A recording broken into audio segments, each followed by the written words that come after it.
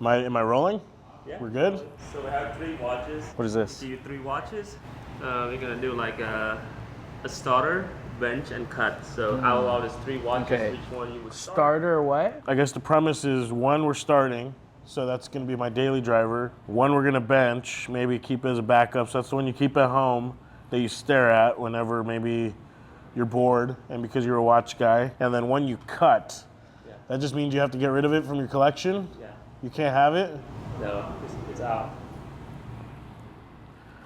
Oh God. Man, okay. So we have 3 watches here, 2 Rolexes, 1 Vacheron. We have a 116500 black Daytona with black ceramic dial. This is not the new reference, old reference. I can't tell you how many people we've called to buy this watch. Can't tell you how many people's dreams we've made come true because they've bought this watch. I know in terms of a value perspective, Daytona holds the strongest out of the 3. Really sexy watch, really popular, really hard to get from the AD.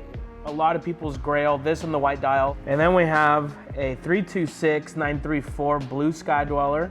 Again, this is the previous reference, not the new reference. Very complicated watch by Rolex. It's something that's a little bit more recent, so it doesn't get as much love, but it is Rolex's most complicated movement. And if you travel a lot, it is super useful. I love this watch. This watch, honestly, in the watch community should get way more love than it does. This watch is killer. Plus, on top of that, on the outer edge of this dial, you can also indicate the month, indicating that it's an annual calendar.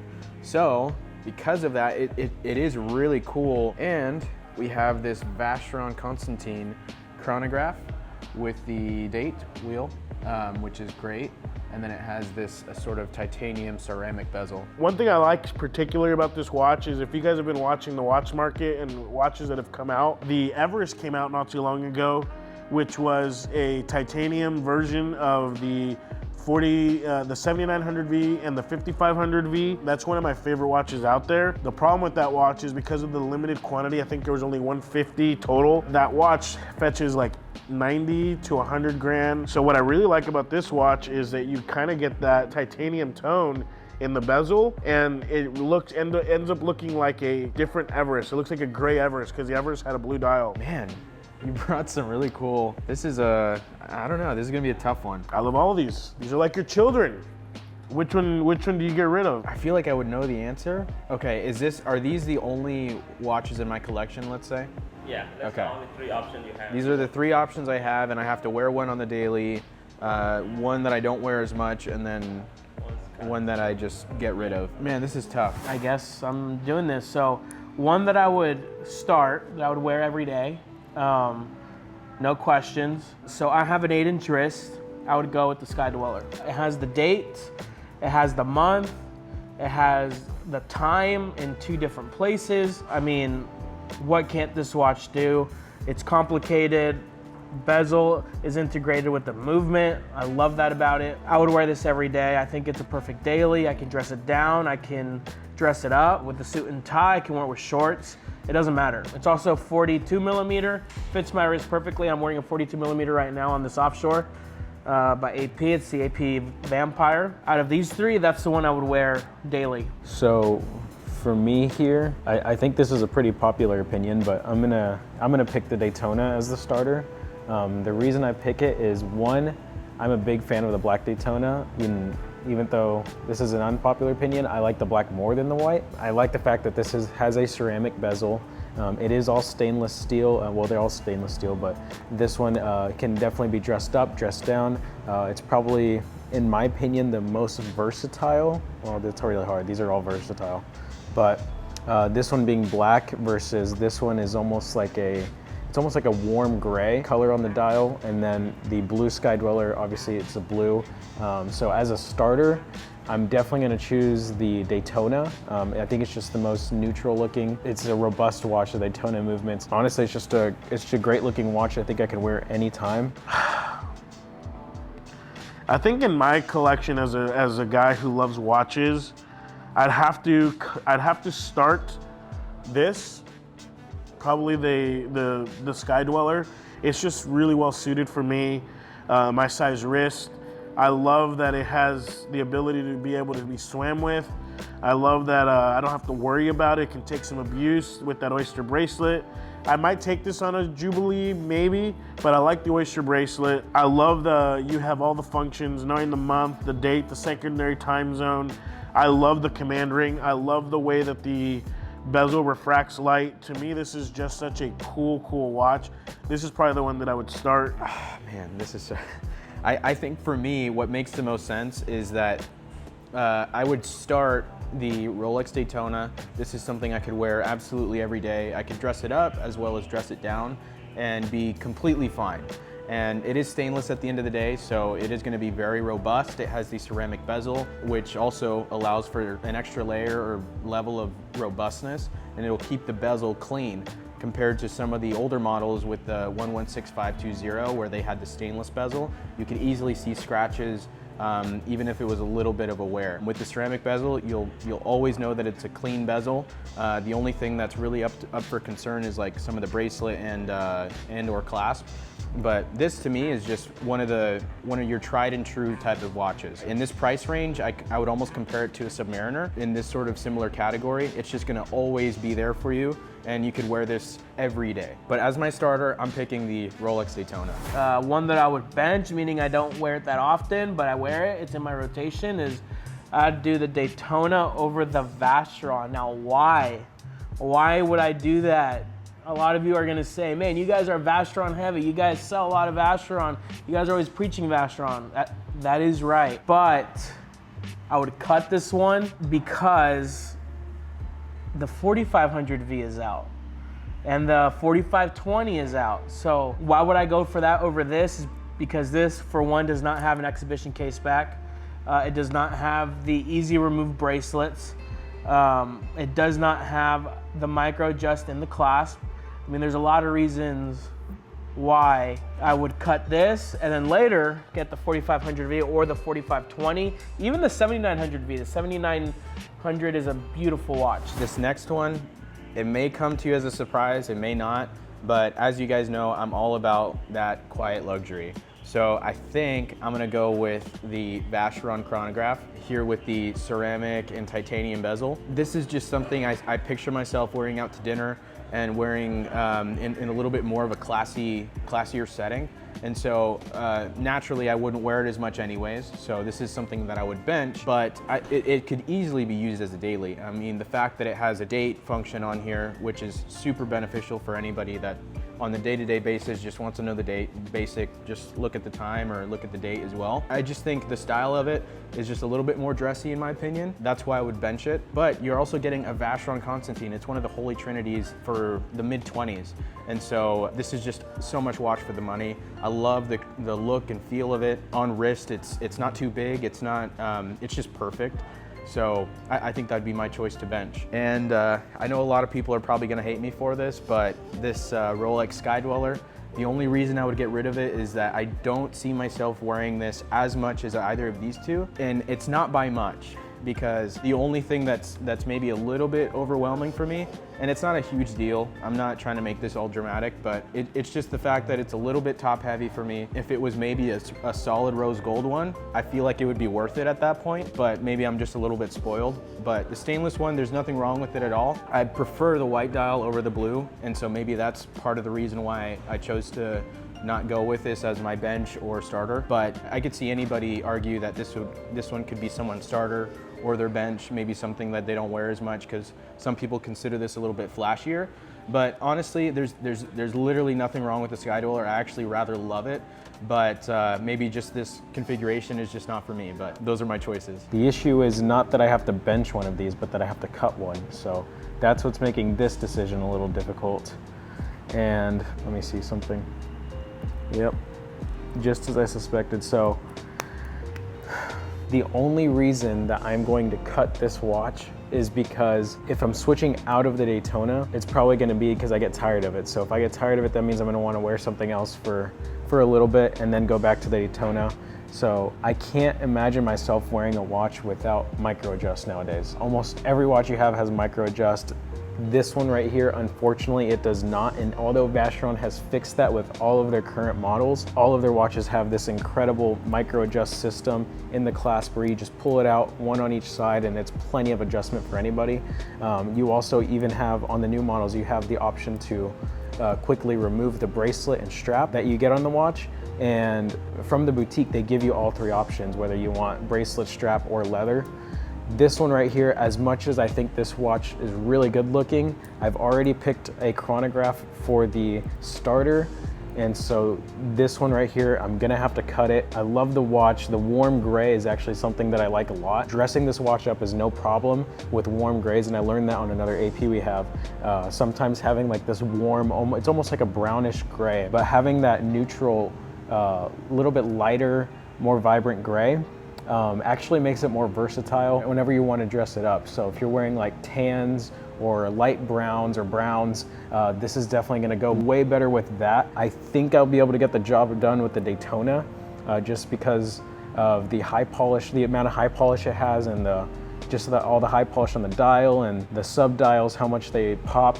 I think I'll be able to get the job done enough to where I'm okay cutting this one. And since I tend to wear a little bit more casual most of the time, I have no problem picking up the Sky Dweller. I can still dress this one up. It'll be a little bit harder with that blue dial, but definitely not losing anything with that beautiful blue dial, and I wouldn't want to give it up. So I'm gonna go with the Sky Dweller for the bench. This one is probably not gonna get as much wrist time as the Daytona, but it's also a really good option. And I actually tend to find myself liking bigger watches. So this one is definitely one that fits the bill. And I mean, it's Rolex's most complicated movement. It's an annual calendar. You can really never go wrong with this watch. I think the Daytona will just get more wrist time because of how much more versatile it is. And it's honestly a lot more recognizable. Although this watch, for being a Rolex, most people, whenever they first look at Rolex, they look at the colors that they want. Blue tends to be one of the very popular colors whenever you look at watches. That's why you'll have the blue dials on the Sky Dwellers and the Datejust, and even the Submariners. Those would usually go for more money because that's what people initially want. They think in their head, if I want a color on my very expensive watch, I want it to be something that I like and something that's still gonna be pretty versatile, and I think blue fits that bill. So that's kind of why blue is a little bit more desired. I have to agree with that. I like blue. That's actually my favorite color. So having this go with whatever blue I'm wearing, or just even having this in blue is just something that I love. So for recap, I've chosen the Black Daytona as the starter. Again, very versatile. Definitely the most recognizable watches out of the bunch, in my opinion. And then we're going to go ahead and bench the Sky Dweller blue dial. This is a very beautiful watch and something that I would definitely look forward to wearing. And then unfortunately, we are gonna cut the Vacheron only because it lacks some of the modern attributes that the new Vacherons have. And these two still have some of those attributes via the micro adjust. And plus I got a chronograph as the starter, so that was kind of a bias towards this decision, but yeah. This is the one that I think I would cut. And the reason being, and I know I'm jumping to cut, I'm gonna tell you why I'm gonna bench that one. But the reason I think I would cut this is, as much as I like to wear the black one, I think ultimately, for some stupid reason, I'm always gonna want the Panda. I don't know what it is. This one is sexier to wear. It just doesn't photograph that well, is one thing. I think that people like this watch in person much more, which is maybe more of a reason why I'm an idiot and I should be picking this watch as my bench or as the backup I have. But I think I'm gonna cut it because I think ultimately, for some reason, at the back of my head, I'm gonna want the Panda. And it's probably just the hype, honestly. I don't know if that's probably affected my decision. The white is just really cool. It's kind of like a Ferrari, right? When you think of a Ferrari, you kind of think a red Ferrari. And I know that I've had, luckily, the opportunity at one point to own a Ferrari, and it was white. I loved it. Now that I look back at pictures, I would take it back in a heartbeat. But when I had that white Ferrari, for some reason, I always just wanted a red Ferrari.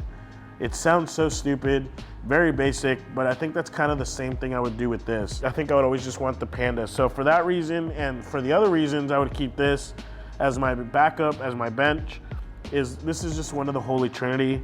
The work and the movements in these, honestly, the notoriety you get, this is kind of like the watch I can take to a watch function or even to a watch group or club or something, and I'm not gonna feel out of place.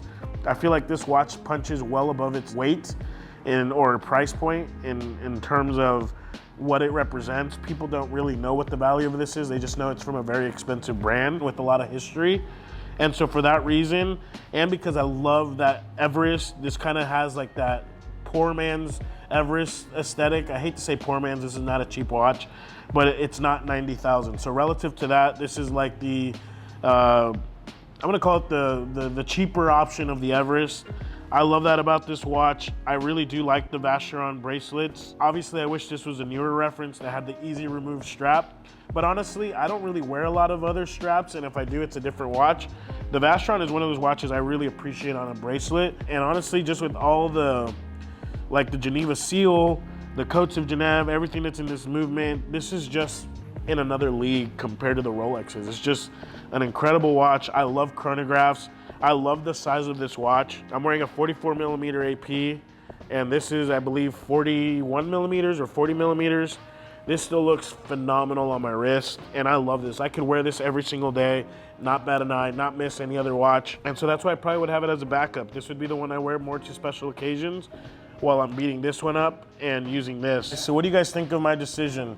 Did I do right? Am I doing right by starting this one, benching this one, and cutting this one? Or am I crazy? What would you choose? I want you guys to comment down below. I'd love to hear your guys' responses. The other thing too is if you're in a unique situation where you can afford all three of them, buy all three of them. I don't think this would be actually a really nice steel 3-watch collection. This would be a beautiful 3-watch collection. You can get straps for this, by the way. If you can get the end links and the straps, this can be converted into a strap watch. So that might be an option. I think my favorite is Everest. You can put Everest rubber bands on, I believe, these two. So that might be another option, and this would make it a really good 3-watch collection. But what would you choose? Comment down below. Also, these watches are available on our website, so visit our website, www.wolvyn.com. We'd love to sell you one of these 3 amazing watches.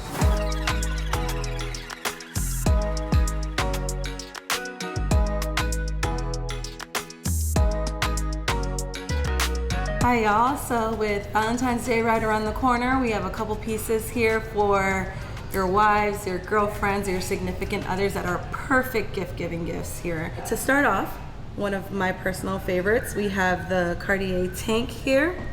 I really love this piece. It's super timeless, has this really simple band, and then the bezel just kind of brings it to life a little bit with the diamonds here. Has a really cool little particular crown here, which I absolutely love.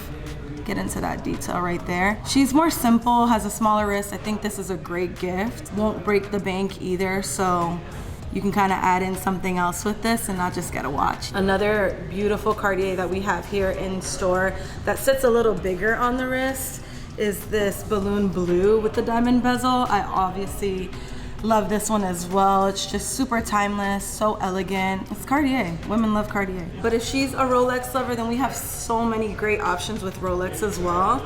I think that this just really hits the nail on the head with Valentine's Day being around the corner. It's the candy pink OP. Can't go wrong with pink. Women love pink. And it's just so beautiful, so timeless again. It screams Valentine's Day. So this is a perfect gift. Get a bouquet of roses to go with this, and I think you cannot miss that right there. She'll be very happy with that gift there. If your woman is looking for a bigger piece, we have bigger options as well. We have this beautiful gold day date. Really love this piece. It's a little more simple, but has diamond markers, which I think kind of brings it to life a little bit. And then of course this is gold, so it's a little bit more expensive, but definitely worth it. It's a piece that she'll have forever, and so if you're not new to this Valentine's Day game, then you might want to go a little harder for her with this piece here. She's not a yellow gold lover, then we have white gold as well. Okay, let me show you that option. This one's a little smaller. This one's about a 36, this is a 31, so it really just depends on what she's looking for, but they're both beautiful pieces. This one's a little flashier for sure. Let's get into this one with that mother of pearl dial, the diamond bezel. Just bling her out this Valentine's Day, you know what I mean? Women love diamonds. I know you know that. Women love diamonds. Can't go wrong with any of these pieces, and of course, if we don't have it in store, you guys, we can source it for you. 24-hour turnaround time. We can get you anything that she wants. As y'all know, happy wife, happy life. Now, if you absolutely just aren't a watch lover, which, I mean, I don't know why you wouldn't be, but if you're not into watches, or if she's just not into watches herself, we currently just started stocking handbags here, so, I mean, what woman doesn't love a handbag? Some of my favorites are right over here in this case. to show you some of the Chanels that we have in store. This one's my personal favorite. It's a mini tweed bag. I think it's a perfect Valentine's Day gift. We have it listed on our website if you want any more details on pricing or any other options that you kind of want to add if this is not her style. But this one is gorgeous, has that long strap and the gold hardware. But if tweed is not her style, then we have so many other options. Again, if she's more of a simple girl, then you might want to go with something like this, which is the lambskin Chanel on silver hardware. Perfect for going out. And if that size is just too small, some women really do prefer bigger pieces, then we do have this double flap Chanel as well, which is just another great investment, okay? You can't go wrong with a Chanel in your closet. And if she's more of a dazzling girl, then we have dazzling options, you know what I mean? We have this beautiful Fendi. This is actually a Sex and the City Fendi, which is what I was told. And it's just really a stunner. Very unique piece. Again, very unique for Valentine's Day, has that sequin look to it. And if Fendi's just not her style and she's just a classic girl, you can't go wrong with Louis either, okay? So we have Louis options here, we have Goyard, we have so many options in the store. Again, all of these options are listed on our WOLVYN website. So if you're interested in any more information on our handbags, you can find them all on wolvyn.com. We hope that we can find you something that's perfect for Valentine's Day.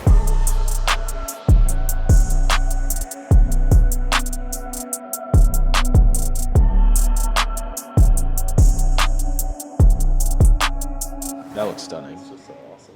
I love this watch so much. It's tough. It's tough.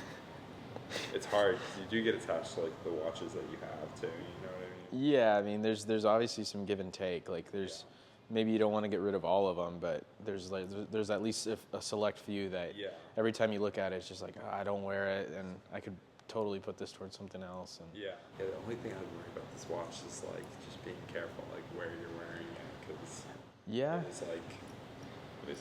Honestly, though, if you live around here, I wouldn't make it it wouldn't be too much of an issue, to be honest. Yeah. Not in this area. I mean, this isn't bad. Yeah, like You're, like, traveling. Elsewhere traveling, I wouldn't recommend it. Yeah. Maybe that's where you throw in the tank or something, but.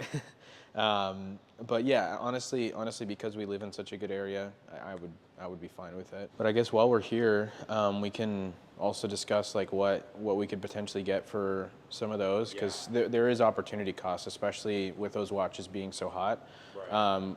You know, there's definitely like, oh man, a level of like, if I just waited a little bit longer, I could get a little bit more and then use all that credit towards something like this, and then who knows, we might even be able to give you a check or something. So I just want to refresh on the specs or whatever, and then I can sort of start getting you some numbers. So sound good? Yeah. Batman Jubilee 2023. You said it was slightly pre-owned? Yeah. So I got it like a couple months ago. Like mint? Yeah, it's in pretty good condition. I have a couple questions on your Yachtmaster. Sure. Is it the 126 reference or the 116 reference? I think it's the 126. 126. Yeah, that's the newer Newest one. movement. Yeah, the newest movement. And yeah, then, for sure. do you know if it has the all green card or is it white and green? All green. Yeah, I think both of them. You went through that. Yeah, both of them are. So I'm assuming the Cartier is also one that you're going to keep? Yeah. That's the one he's wearing. Yeah, that's a cool watch. Yeah. So what's your like grail watch or your go-to? I'm sure it changes. I mean, daily. it does change. Like there's grails at different levels for me. Yeah. If I had all the money in the world, like that's the hardest question to answer, because like you want to go for the more expensive one, but then you also like all these other watches in between. Yeah. That are still your grails. Yeah.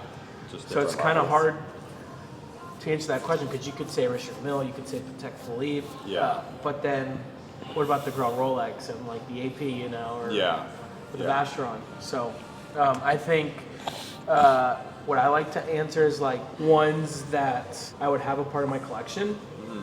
I like Vacheron a lot. That's one of my favorite brands. Yeah. So I'd have probably a 7900V.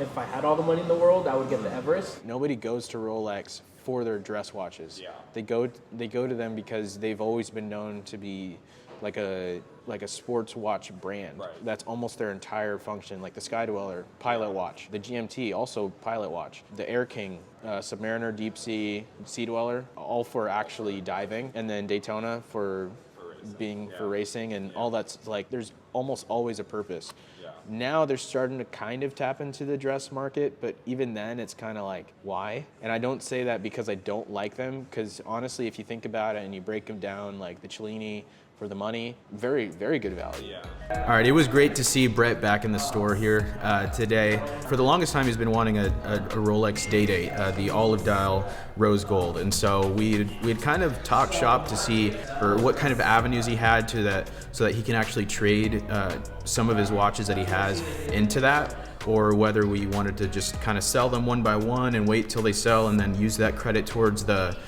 Day-Date. So in the meantime, he's kind of debating whether he wants to consign or trade outright and just kind of make the numbers make sense. Or if we can get him a good deal, then obviously we're trying to make it work one way or the other. So.